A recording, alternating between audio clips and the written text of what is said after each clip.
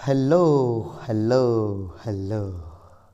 तो लीजिए, एक बार फिर से हाजिर हैं हम आपके सामने 2023 बिहार बोर्ड का मॉडल पेपर लेकर के।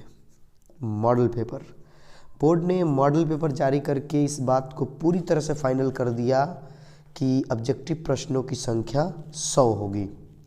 साइंस में 80 होंगे, सोशल साइंस में 80 होंगे और बाकी में 100 प्रश्न होंगे। ठीक, तो ये आपके सामने हम आज साइंस का मॉडल पेपर का उत्तर लाए हुए हैं पूरे व्याख्या के साथ। तो अच्छे समझिएगा, हंसते हुए, मुस्कुराते हुए, गुनगुनाते हुए। और सर से इसमें से सवाल पूछे जाएंगे, बिल्कुल। ये तो एकदम सवाल ही नहीं होना चाहिए कि सर पूछे जाएंगे इसमें से, बिल्कुल पूछे जाएंगे। बोर्ड ने बहुत ही अच्छे ढंग से मॉडल पेपर तैयार किया, वो बहुत अच्छे से, बहुत खुश हैं हम। थोड़ा सा आसान कर दिया है, ठीक है, लेकिन अच्छा है। तो इससे मान के चलिए कि आपके 12 से 15 सवाल बोर्ड में पूछे जा सकते हैं, ऐसा मुझे लग रहा है। तो पक्का पूछा जाएगा, तो ध्यान से पढ़िएगा, अब याद कर लीजिएगा। ठीक, और हाँ, सबसे ज़रूरी बात, जो हमने लगभग 200 प्रश्नों का वीडियो बनाया हुआ था इससे पहले, उससे मिला भी लीजिएगा। अगर आपने उसे देखा हुआ है, नहीं देखे हैं तो प्लीज़ जाकर उसे ज़रूर देखिएगा, क्योंकि वहाँ से बाहर एक भी सवाल नहीं आएंगे, ऐसे हमने उसे तैयार किया हुआ है। इसमें भी 40 से ऊपर सवाल वहीं से है, 40 से ऊपर सवाल। तो फिर अंदाज़ा लगा लीजिए कि हम जो बोल रहे हैं वो सही ही है। ठीक, तो चलिए, बहुत हो गया, तो लेते हैं पहला प्रश्न। ये देखिए, हमने पहले प्रश्न को खोपचा में डाल के रखा हुआ है। सर खोपचा एक कोने में डाल के रखा हुआ है, इसको बाहर निकालते। आजा भाई, चलिए लीजिए, ये सामने आपके पहला प्रश्न कह रहा है कि निम्नलिखित में किसका अपर्तनांक अधिक होता है। किसका अपर्तनांक? हवा। देखिए, हवा का अपर्तनांक तो लगभग 1 होता है। हवा का अपर्तनांक लगभग क्या होता है? 1 होता है। हीरा का अपर्तनांक, हीरा का अपवर्तनांक, हीरा का अपवर्तनांक होता है 2.42। सीसा, सब बताए थे हम उस वाले वीडियो में, सब बताए थे, याद कीजिए। सीसा का 1.5 और जल का 1.33। तो देखिए, पहला सवाल ही उससे है। तो किसका अपर्तनांक ज़्यादा है? सर हीरा का, तो आंसर हो जाएगा हीरा। बढ़िया। अगला सवाल, अवतल दर्पण की फोकस दूरी होती है। देखिए, अवतल दर्पण का है या लेंस का है, फोकस दूरी के रिस्पेक्ट में हम बोल रहे हैं, ठीक है। दोनों की फोकस दूरी ऋणात्मक ही होती है, ऋणात्मक ही होती है, अवतल दर्पण की भी, अवतल लेंस की भी। तो इस तरह से उत्तल याद हो जाता है हमें कि उत्तल का धनात्मक होगा। अगला, किसी लेंस में मुख्य फोकस की संख्या कितनी होती है? जैसे कोई भी लेंस है, मान लीजिए कि ये लेंस है, कौन? अवतल लेंस। अब यहाँ क्या होता है कि एक इसके लिए मुख्य फोकस, इसके लिए, और एक इसके लिए। तो इस तरह से एक होता है F1 और एक होता है F2, यानी कि कितने मुख्य फोकस होंगे? सर 2। कितने होंगे? 2 होंगे। तो एकदम आसान है, समझ में आया भी होगा आप लोगों को। आंसर हो जाएगा 2। अगला सवाल, कितना छोटा है भाई, बड़ा कर लेते हैं। दाढ़ी बनाने में कौन सा दर्पण उपयुक्त होता है? देखिए, दाढ़ी बनाने यानी हजामती दर्पण, हजामती दर्पण, दाढ़ी बनाने को हजामती दर्पण भी कहता है, ठीक है। तो इसे भी पूछ सकता है।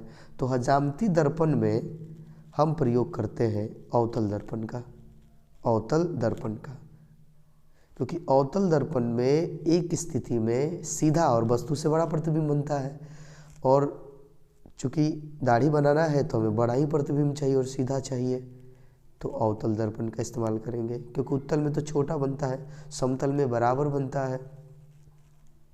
अगला सवाल, अवतल दर्पण की फोकस दूरी एवं उसकी वक्रता त्रिज्या r के बीच संबंध है। ये भी संबंध आप लोगों को बताए थे हम इस वीडियो में। देखिए, जो फोकस दूरी होती है f, वो वक्रता त्रिज्या की आधी होती है, वक्रता त्रिज्या की आधी होती है। तो ये हो जाएगा C। अगला, किस लेंस को अभिसारी लेंस कहते हैं? किस लेंस को अभिसारी लेंस कहते हैं? देखिए, अभिसारी लेंस ये भी बताए थे। अभिसारी लेंस। अभिसारी लेंस बोलते हैं हम लोग उत्तल लेंस को। किस लेंस को? उत्तल लेंस को। क्यों बोलते हैं? क्योंकि ये क्या करता है, आंसर तो हो जाएगा उत्तल लेंस। अब क्यों कहते हैं इसे भी समझ लीजिए। क्या होता है कि उत्तल लेंस इस तरह का होता है और जो समानांतर किरणें आती है प्रधान अक्ष के, तो ये क्या करता है, इन सभी को एक ही बिंदु पर अभिसरित कर देता है, इसलिए इसको बोलते हैं अभिसारी लेंस। अगला सवाल, दृश्य प्रकाश में किस रंग का तरंगदैर्घ्य न्यूनतम होता है?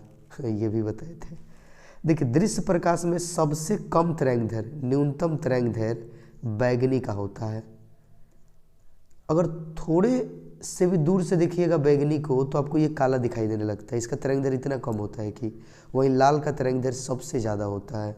तो आंसर हो जाएगा बैगनी, और ज़्यादा पूछता तो लाल हो जाता। तारों का टिमटिमाना प्रकाश की किस घटना को दर्शाता है? देखिए, तारों के टिमटिमाने का रीजन है प्रकाश का अपवर्तन।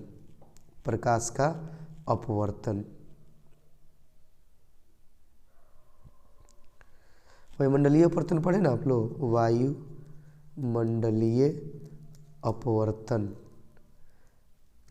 जब प्रकाश की किरणें वायुमंडल में प्रवेश करती है तो चूंकि निर्वात से वायु में आ रही है तो थोड़ा सा विचलित होती है, और चूंकि दूर से आ रहा है इसलिए थोड़ा सा कट जाता है कभी कभी समय के लिए, और हमें तारे टिमटिमाते हुए प्रतीत होते हैं।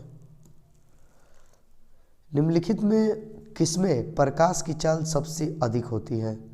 देखिए, आपको बताए हैं हम कि प्रकाश की जो चाल है, छोड़िए बार बार ये बताएंगे तो आप लोगों को अजीब फील होगा, नहीं? जो लोग उस वीडियो को नहीं देखे लगेगा सर क्या बार बार बोल रहे हैं। देखिए, प्रकाश की जो चाल होती है, प्रकाश की चाल सबसे अधिक होती है निर्वात में। किस में होती है? निर्वात में। कई बार ये भी पूछता है कितनी होती है, तो 3 × 10⁸ मीटर प्रति सेकंड, जिसको 3 लाख किलोमीटर प्रति सेकंड भी कहा जाता है। कहा क्या जाता है, वही मान है तो कहा नहीं जाएगा। तो निर्वात में सबसे अधिक होती है। अब यहाँ पर ए और बी देने का क्या मतलब है, ये थोड़ा सा समझ से परे है, ठीक? निर्वात में, हाँ, वायु में भी लगभग इतना ही होता है पर इससे कम होता है, तो ज़्यादा का सवाल है तो ऑप्शन चारों अलग अलग देने चाहिए। ये ऑप्शन तनिक भी व्यवहारिक नहीं है, प्रकाश के अपवर्तन के कितने नियम हैं? देखिए, प्रकाश का परावर्तन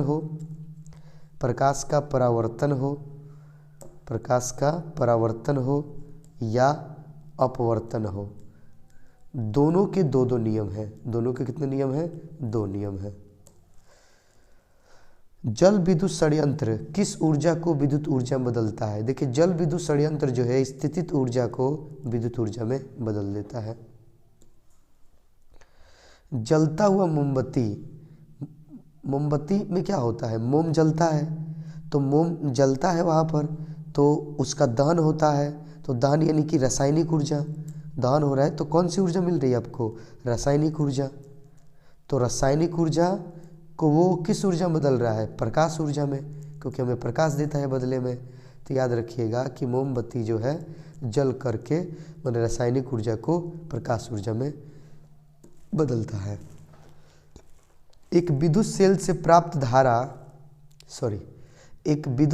धारा प्राप्त करने पर इसके सिरों के बीच का विभवांतर विद्युत वाहक बल की तुलना में हो जाता है। देखिए, जब भी किसी सेल, जैसे मान लो ये एक बैटरी है, ये मान लीजिए कि क्या है? बैटरी है, ठीक? ये इसका प्लस है और ये इसका माइनस है।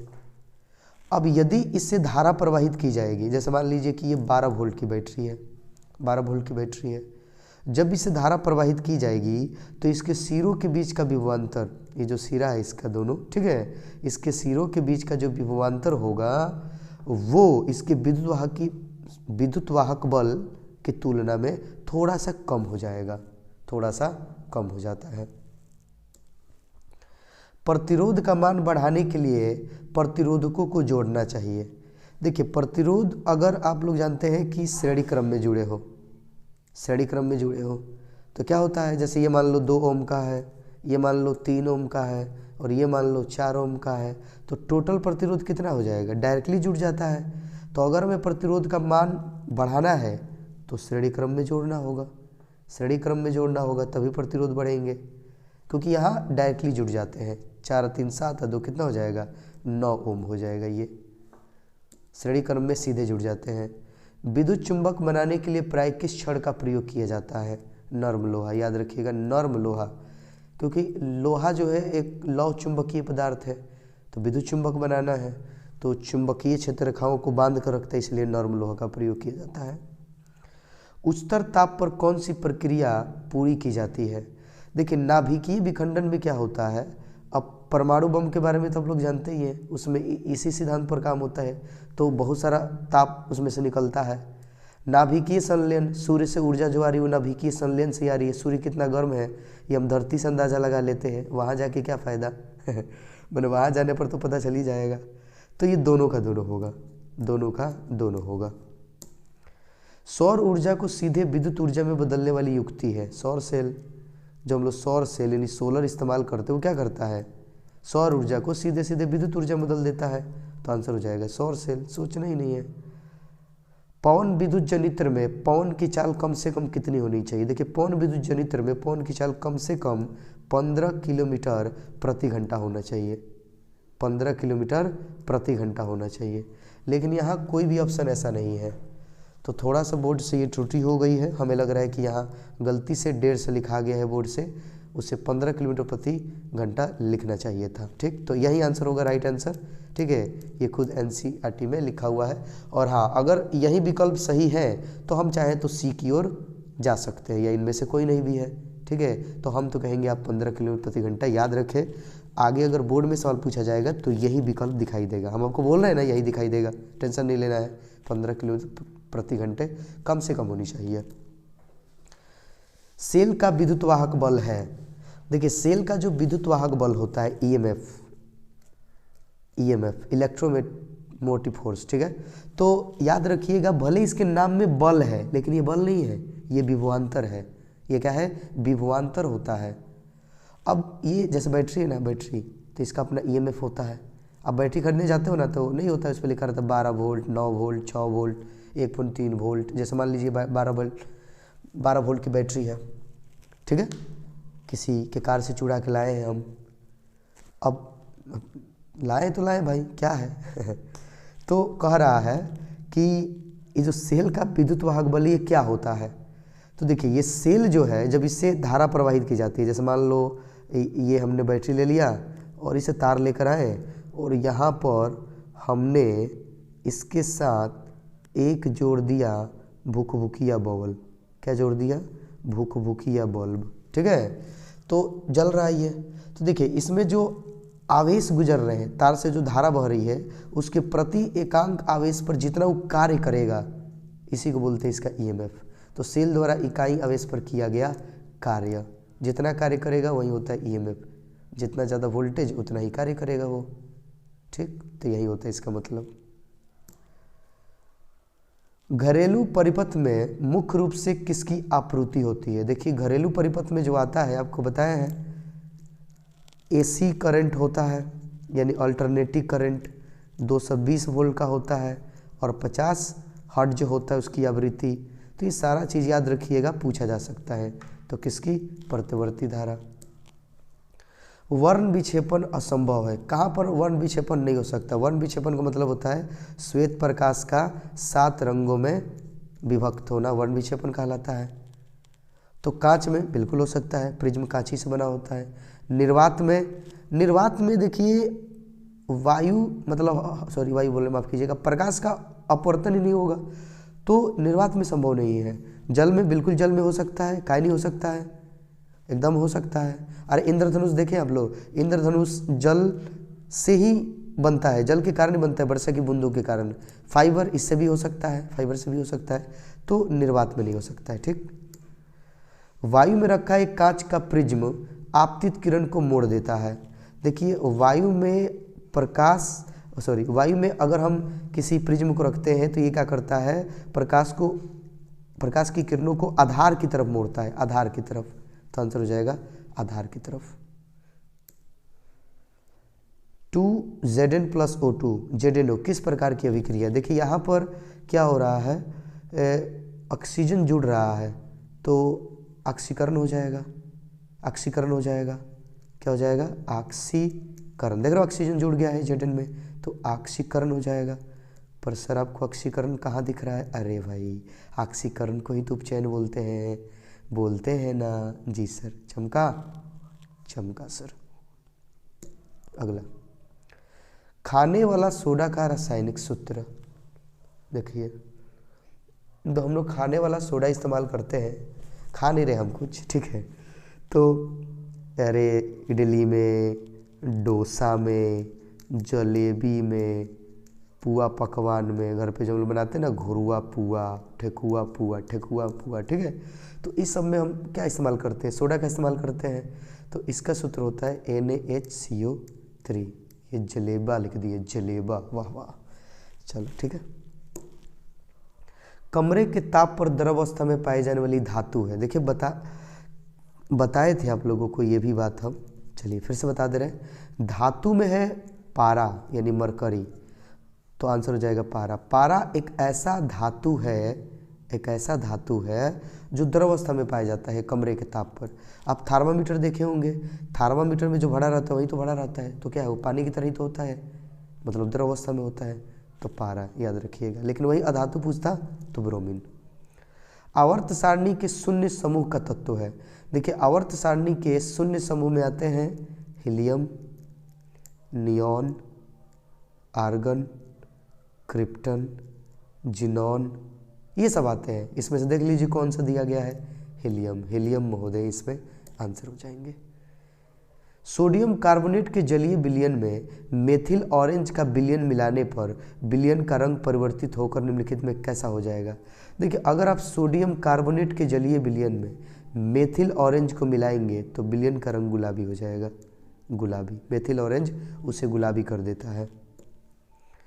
ग्लोबल वार्मिंग के लिए उत्तरदायी गैस है। देखिए ग्लोबल वार्मिंग क्या है, मतलब दिन प्रतिदिन का हो रहा है, पृथ्वी का तापमान बढ़ते जा रहा है, बढ़ते जा रहा है। तो कौन सी गैस है जो इसके लिए सबसे ज़्यादा उत्तरदायी है? कार्बन डाइऑक्साइड, क्योंकि ये गर्म गैस है, ये गर्म गैस है। हालांकि इसके अलावा कार्बन मोनोऑक्साइड भी उत्तरदायी है, CH4 भी उत्तरदायी है, याद रखिएगा। तो इसमें आंसर हो जाएगा CO2, कार्बन डाइऑक्साइड। अगला सवाल, गंधक की परमाणु संख्या। गंधक यानी सल्फर, गंधक यानी सल्फर यानी S। सल्फर की परमाणु संख्या कितनी होती है? 16। अम्ल का जलीय विलयन विद्युत का संचालन करता है, क्योंकि जल में, क्योंकि अम्ल जो है जल में क्या करता है? देखिए अगर आप अम्ल को जल में घोल देते हैं तो याद कीजिए आर्हेनियस चच्चा ने क्या बताया हुआ था? सर चच्चा, अरे वही जो बोल लो, का दिक्कत है आदर देने में उनको। देखिए आर्हेनियस महोदय, आर्हेनियस महोदय ने बताया था कि अम्ल वह पदार्थ है, अम्ल वह पदार्थ है जो जल में घुलकर हाइड्रोजन आयन प्रदान करता है, हाइड्रोजन आयन प्रदान करता है। सवाल यहाँ पर यह कह रहा है कि ये जो अम्ल का जलीय विलयन विद्युत का चालन क्यों करता है? तो क्योंकि ये आयनित होता है, ये आयनित हो जाता है। तो आयन जब बनेगा तो वो तो धारा बही भी करेंगे, क्योंकि उन पे चार्ज है, तो आवेश बहेगा तो धारा, आवेशों के व्यवस्थित प्रवाह को धारा ही कहते हैं। अधिकतर धातुओं के ऑक्साइड होते हैं। देखिए जो धातु होते हैं, धातु के जो ऑक्साइड होते हैं, धातु के ऑक्साइड वो होते हैं क्षारीय प्रवृत्ति के। किस प्रवृत्ति के? क्षारीय प्रवृत्ति के। और धातु पूछता तो अम्लीय। सोने में निम्नलिखित में कौन सी धातु मिलाकर मिश्र धातु तैयार की जाती है? तांबा, तांबा मिलाकर तैयार किया जाता है। शुद्ध सोना कितने कैरेट का होता है? 24 कैरेट। लेकिन आपको पता है कि 24 कैरेट का जो है आभूषण यानी गहना नहीं बनाया जा सकता है, तो उसमें अशुद्धि मिला दी जाती है। NaCl और AgNO3 यानी सोडियम क्लोराइड और सिल्वर नाइट्रेट को मिलाया गया है तो AgCl और NaNO3 बना हुआ है। AgCl silver chloride sodium nitrate बना हुआ है। कह रहे ये किस तरह की अभिक्रिया? जरा ध्यान से देखिए कि Cl यहाँ पर Ag ने क्या किया है, Cl Ag जो है Cl को विस्थापित किया हुआ है और Cl वहाँ चला गया, यानी एक दूसरे का स्थान चेंज कर लिया है लोग। तो जब एक दूसरे के ये यौगिक विलयन से विस्थापित कर देता है लोग दोनों का दोनों, तो इसको बोलते हैं उभय विस्थापन अभिक्रिया या द्वि विस्थापन अभिक्रिया। तो आंसर होगा द्वि विस्थापन, क्योंकि दोनों तरफ विस्थापन हुआ है। सिलिकॉन क्या है, देखिए सिलिकॉन और जर्मेनियम ये दोनों के दोनों उपधातु है, दोनों के दोनों क्या है, उपधातु है। आंसर होगा उपधातु। सिलिकॉन और जर्मेनियम दोनों का नाम मत भूलिएगा, सिलिकॉन और जर्मेनियम। वे तत्व जिनकी बाहरी सेल पूर्ण भरे होते हैं कहलाते हैं। देखिए जो वर्ग 18 के तत्व हैं, वर्ग 18 जिनको शून्य वर्ग भी बोलते हैं, क्या बोलते हैं, शून्य वर्ग, उसमें अक्रिय गैस है, अक्रिय गैस। तो जिनका भी इन्हीं का बाहरी सेल क्या रहता है, पूर्ण रहता है, और इनको अक्रिय गैस, उत्कृष्ट गैस, नोबेल गैस, ये सारे नाम इन्हीं के हैं, याद रखिएगा। तो उत्कृष्ट गैस बोलते हैं हम इन लोगों को।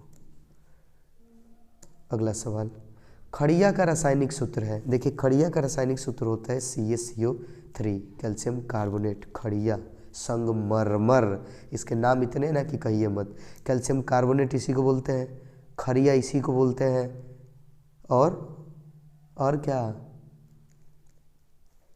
चलिए संगमरमर, याद रखिएगा CaCO3।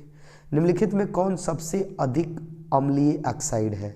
देखिए अम्लीय ऑक्साइड कौन होगा, तो आपको बताए थे कि अधातु के ऑक्साइड, अधातु के जो ऑक्साइड होते हैं, अधातु के ऑक्साइड होते हैं वो होते हैं अम्लीय। कह नहीं रहे हैं कि अगर आप लोग वो वीडियो जाकर देख लेते, पूरे 2 घंटे 12 मिनट का है, तो एक सवाल बोर्ड का नहीं छूटेगा। 40 में 40 एकदम बनेंगे, 80 में मैंने 40 प्रश्न तो पक्के बन जाएंगे।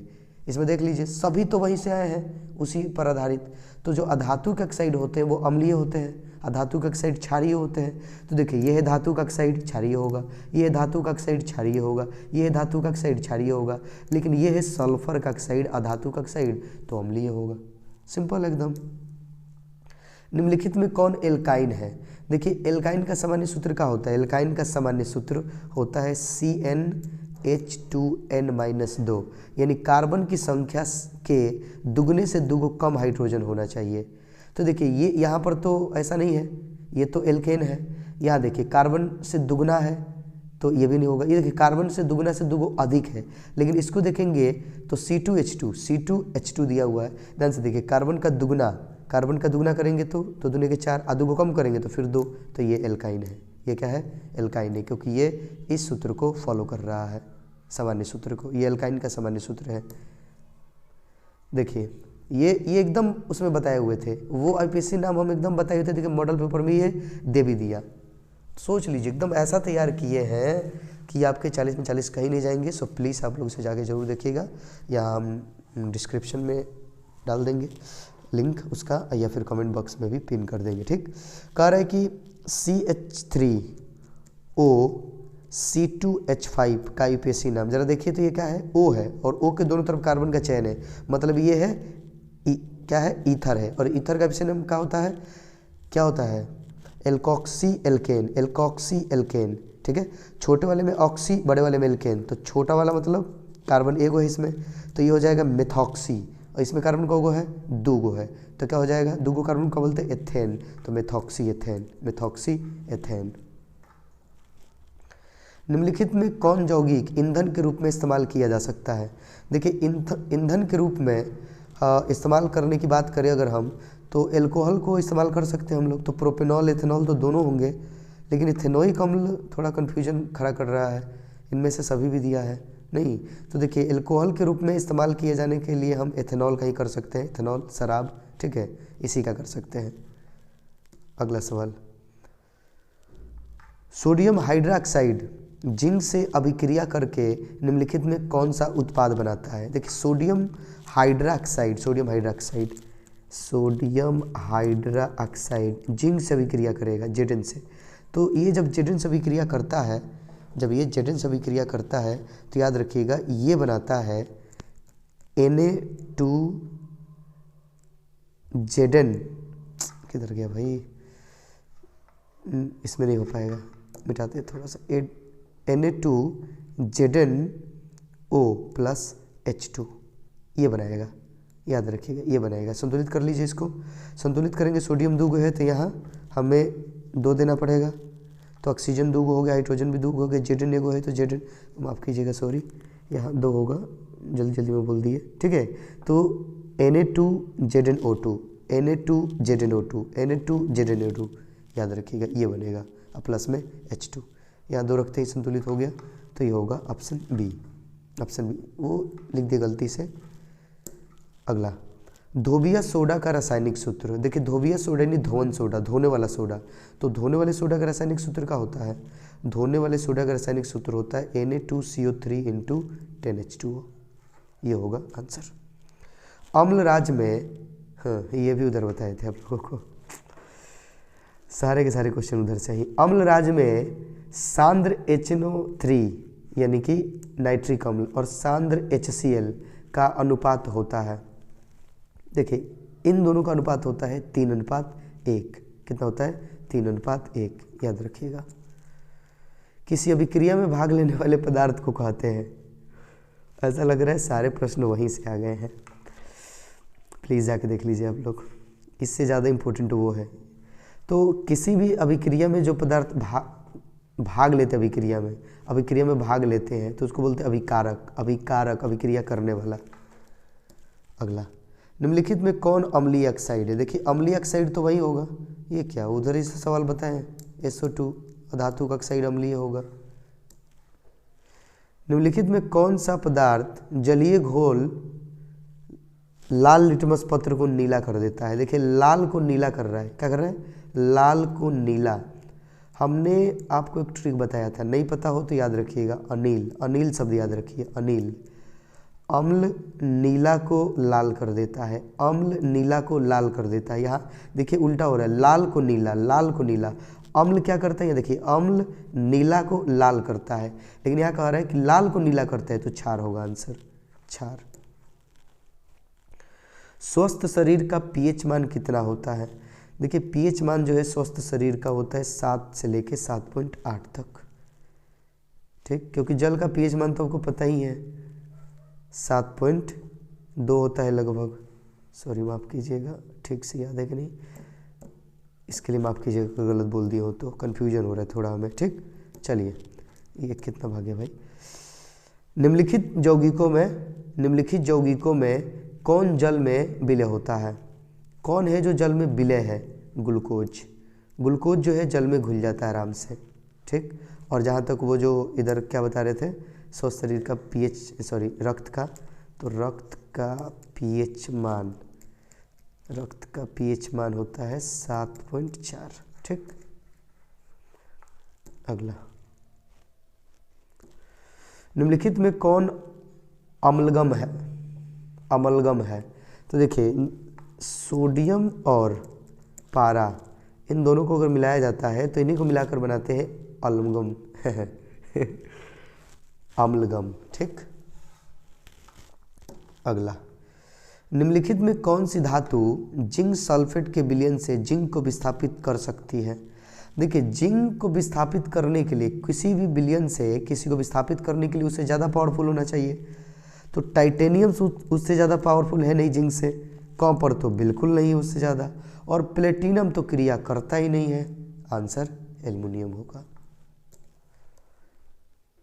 ऑक्सीजन युक्त रक्त को हृदय से शरीर के विभिन्न भागों में ले जाने वाली रक्त वाहिनियाँ कहलाती है, यानी ऑक्सीजन युक्त। देखिए ऑक्सीजन युक्त का मतलब शुद्ध रक्त, तो शुद्ध रक्त का प्रवाह कौन करती है? धमनियाँ। कौन करती है? धमनियाँ। रक्त के हल्के पीले रंग के चिपचिपे द्रव्य को क्या कहते हैं? तो देखिए रक्त का जो हल्का पीला रंग का चिपचिपा द्रव्य होता है उसको बोलते हैं प्लाज्मा। रक्त के तरल भाग को क्या कहते हैं? प्लाज्मा, जो हल्के चिपचिपे रंग का होता है। प्लाज्मा में याद रखिएगा 90% जल रहता है, 90%। अगला, किन पौधों की पत्तियों पर स्टोमाटा अनुपस्थित रहते हैं? मतलब कौन ऐसे पत्ती है जहाँ स्टोमाटा नहीं रहता है, यानी रंध्र नहीं रहता है, ठीक है। तो देखिए जो जल में पाए जाने वाले पौधे होते हैं ना, जलमग्न, उनमें नहीं होता है ये चीज़। किण्वन की क्रिया पाई जाती है। देखिए किण्वन की क्रिया जो है ईस्ट में होती है, ईस्ट। पूर्ण विकसित अंडाशय कहलाता है। देखिए जब भी अंडाशय पूरा विकसित हो जाए तो वो फल में बदल जाता है, तो आंसर हो जाएगा फल। ग्लूकोज का रासायनिक सूत्र, देखिए ग्लूकोज का रासायनिक सूत्र होता है C6H12O6, आंसर होगा बी। निम्नलिखित में किस पौधे का प्रकाश संश्लेषी निम्नलिखित में किसे पौधे का प्रकाश संश्लेषी इकाई कहते हैं? कौन है जो इसमें प्रकाश संश्लेषी इकाई है? क्वांटासोम, याद रखिएगा क्वांटासोम को बोलते हैं प्रकाश संश्लेषी इकाई। अंडोत्सर्ग का कारण है, जो स्त्रियों में अंडोत्सर्ग होता है, अंडा उत्सर्जित होता है, तो इसका कारण है LH, याद कर लेना होगा आप लोगों को। निम्नलिखित जीवों में किसमें अलैंगिक जनन द्विखंडन द्वारा नहीं होता? देखिए अमीबा तो द्विखंडन ही करता है, पैरामीशियम भी करता है, लेशमानिया भी, पर ईस्ट में द्विखंडन थोड़े होता है। ईस्ट में तो ऐसे प्रवर्ध निकलते हैं, लड़ियाँ निकलती है और यही लड़ियाँ टूट जाती है, तो हमारा आंसर हो जाएगा ईस्ट। प्रकृति में ऑक्सीजन का संतुलन कैसे बना रहता है? देखिए प्रकृति में ऑक्सीजन और कार्बन डाइऑक्साइड दोनों का संतुलन बनाए रखने के लिए दो क्रिया चाहिए, एक प्रकाश संश्लेषण और एक श्वसन। तो इसमें जो क्रिया दे रहा है वो क्या दे रहा है? प्रकाश संश्लेषण, तो आंसर हो जाएगा प्रकाश संश्लेषण। लेकिन दोनों चाहिए, श्वसन मतलब दोनों को नियंत्रित रखना है। तो अगला, भोजन के पाचन में निम्नलिखित में किस रस की भूमिका होती है? तो भोजन के पाचन में पीत रस, अग्नाशय रस, आंत रस, सबका योगदान होता है, सबका सब अपना भूमिका निभाता है लोग, तो आंसर हो जाएगा इनमें से सभी। ट्रिप्सिन नामक हार्मोन पाया जाता है, ये पाया जाता है अग्नाशय में। कहाँ पर? अग्नाशय में। अगला, आहार नाल का सबसे लंबा भाग है। देखिए आहार नाल का सबसे लंबा भाग है छोटी आंत। नाम भले छोटी आंत है पर सबसे लंबा, भोजन की क्रिया यहीं पर पूर्ण होती है, याद रखिएगा। मनुष्य में पाचन की क्रिया का आरंभ कहाँ से होता है? हम जैसे ही मुंह में भोजन ठूसते हैं ना, ठूसते ही एकदम पाचन की क्रिया चालू हो जाती है। तो याद रखिएगा पाचन की क्रिया तो मुंहवे से शुरू हो जाता है, एकदम मुंह में डालते हैं तो देखते हैं ना एकदम चिपचिपा एकदम हो जाता है, बढ़िया। चलिए, निम्नलिखित में कौन वसा के पाचन में सहायक होता है? वसा के पाचन में लाइपेज सहायक है, लाइपेज। ग्लाइको, क्या लिखा है थोड़ा जूम करते हैं, ग्लाइकोलिसिस की प्रक्रिया संपन्न होती है। देखिए ग्लाइकोलिसिस की जो प्रक्रिया है वो संपन्न होती है कोशिका द्रव में, कोशिका द्रव में। ओजोन परत है, देखिए ओजोन परत क्या करता है? सूर्य से आने वाली, जो सूर्य है, सूर्य बाबा से आने वाली हानिकारक किरणों को, जैसे ये धरती है और ये इसका ओजोन परत, तो आने वाली हानिकारक किरणों को क्या करता है? अवशोषित कर लेता है। इन किरणों के कारण जो है कैंसर हो सकता है मनुष्य में, त्वचा कैंसर। तो फिर ओजोन परत हमारे लिए क्या है? लाभदायी है। इसे पृथ्वी का सुरक्षा कवच भी कहा जाता है। जिस दिन नष्ट हुआ ना सीधे पराबैंगनी किरणें धरती पर, और मनुष्य का जीना हराम कर देगी। निम्नलिखित में कौन फूल में नर प्रजनन अंग है? पुंकेसर, सोचना क्या है? पुंकेसर जो है नर प्रजनन अंग है। पौधों में श्वसन क्रिया के अंतर्गत एटीपी टूटने से कितनी ऊर्जा मुक्त होती है? देखिए जब हमारे पौधों में, मतलब हमारे पौधे नहीं सबके पौधे, ठीक है, तो जब पौधों में एटीपी टूटता है तो उनमें ऊर्जा की जो दर होती है, उनमें जो ऊर्जा की दर होती है वो होती है 30.5 किलो जूल प्रति मोल, 30.5 किलो जूल प्रति मोल। अगला सवाल कह रहा है कि इथाइल एल्कोहल किस प्रकार के शोषण से बनता है? देखिए इथाइल एल्कोहल बनाने के लिए किण्वन का प्रयोग किया जाता है। किसका? किण्वन का। जब हम क्या करते हैं, किण्वन कराते हैं, आप एल्कोहल बनाए होंगे तो देखे भी होंगे, किण्वन ईस्ट द्वारा, ये ईस्ट द्वारा होता है ईस्ट द्वारा होता है। जब ईस्ट द्वारा हम किण्वन कराते हैं तो एल्कोहल बन जाता है। स्टार्च का करा दीजिए, किण्वन बन जाएगा। रक्त में उपस्थित कौन सी कणिकाएं श्वसन गैसों के परिवहन में भाग लेती है? कौन सी कणिकाएं हैं जो श्वसन गैसों के परिवहन में भाग लेती है? तो देखिए, आपको पता है कि जो आरबीसी है, आरबीसी, उसमें हीमोग्लोबिन होता है। हाँ सर, होता है। इसी के कारण तो इसका रंग लाल भी होता है, रक्त का रंग। तो हीमोग्लोबिन क्या करता है? ऑक्सीजन को बांधता है और वह गैसों को क्या करता है? इधर उधर लेके दौड़ाते रहता है। तो आंसर हो जाएगा लाल रक्त कणिकाएं। पादप अपशिष्ट जमा रहते हैं पत्ती में, बिल्कुल। छाल में, बिल्कुल। कोशिकीय रिक्तिकाओं में, बिल्कुल। जो पौधों में अपशिष्ट होते हैं वो सब जगह जमा रहते हैं, इन तीनों में। मनुष्य की आहार नाल का कौन सा भाग किसी एंजाइम को स्रावित नहीं करता? कौन है जो इसमें एंजाइम स्रावित नहीं करता? देखिए, आमाशय तो करता है, मुंह में भी लार ग्रंथि है तो वहाँ भी स्रावित होता है, लेकिन ग्रास नली में ऐसा कुछ नहीं होता है। तो आंसर हो जाएगा ग्रास नली। मूत्र की सांद्रता किसकी उपस्थिति पर निर्भर करती है? देखिए, मूत्र की जो सांद्रता है वो वेसोप्रेसिन, वेसो लिखना चाहिए ना, वेसो लिख दिया है लो। वेसोप्रेसिन की सांद्रता, मतलब सॉरी, मूत्र की जो सांद्रता है वो वेसोप्रेसिन की पर निर्भर करता है। अगला, कुत्ते भी ना एकदम कुत्ते ही होते हैं, परेशान कर देते हैं एकदम। शुरू हो गए युद्ध करना।